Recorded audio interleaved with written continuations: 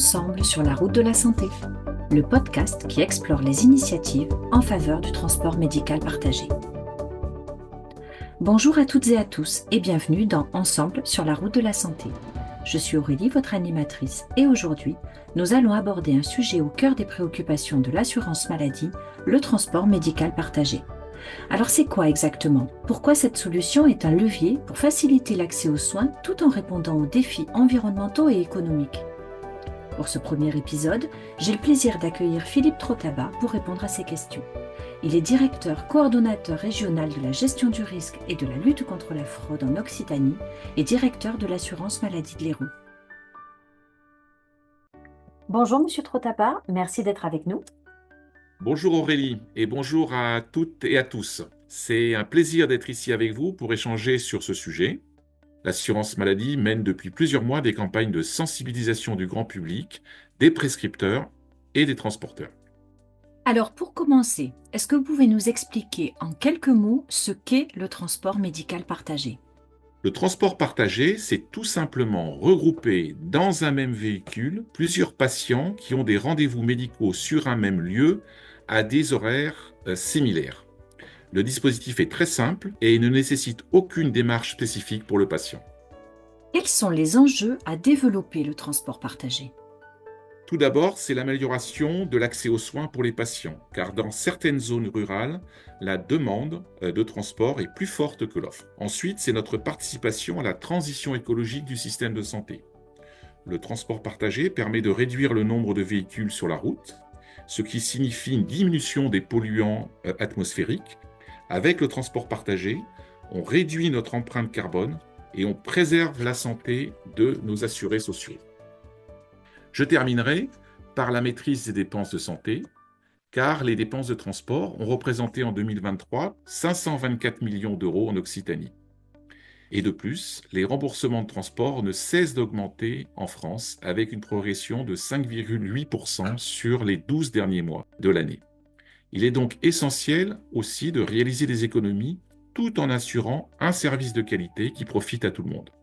Alors d'après vous, comment pouvons-nous y arriver? Alors, pour réaliser ces économies, il y a trois grands axes.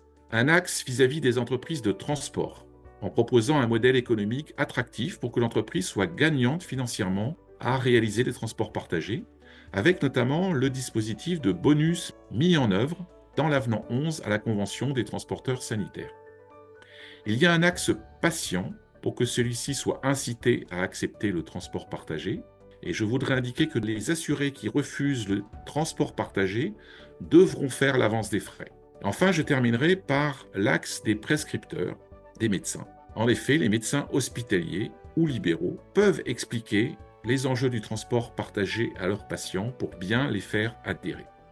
Pouvez-vous nous expliquer comment se met en place concrètement un transport médical partagé? Le transport médical partagé est la norme.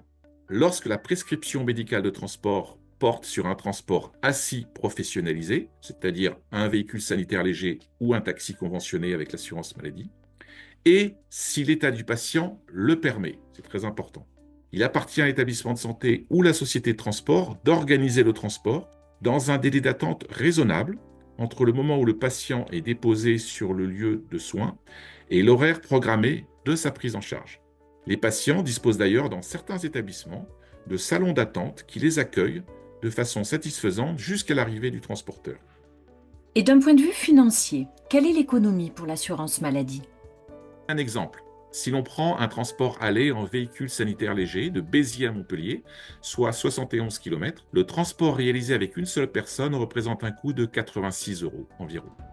Avec les abattements prévus conventionnellement sur les tarifs de transport partagé, l'économie réalisée par l'assurance maladie est de 20 € pour le transport de 2 personnes et l'économie est de 30 € pour 3 personnes transportées dans le même véhicule.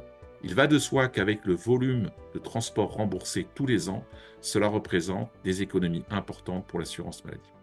Qu'en est-il du recours au transport partagé sur le territoire national et plus précisément en Occitanie? Alors aujourd'hui en France, 6,4 millions de patients sont transportés chaque année pour des raisons médicales, mais seulement 19% de ces trajets sont partagés.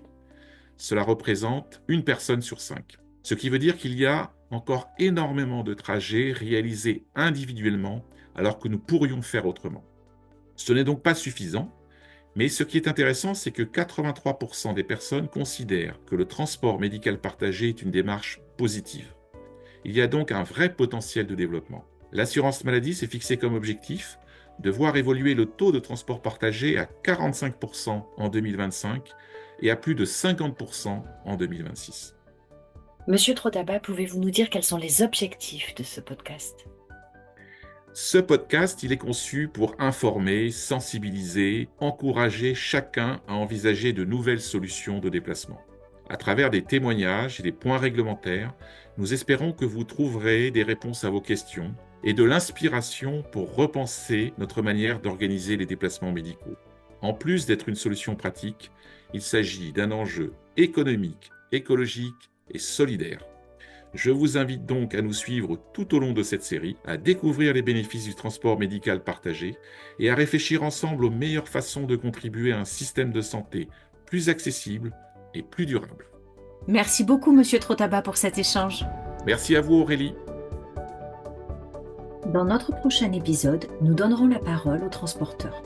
Ils partageront avec nous leurs expériences, leur quotidien et les solutions pour rendre ce système plus efficace et plus accessible à tous. Merci à toutes nos auditrices et tous nos auditeurs d'avoir suivi ce premier épisode et à très bientôt sur Ensemble sur la route de la santé.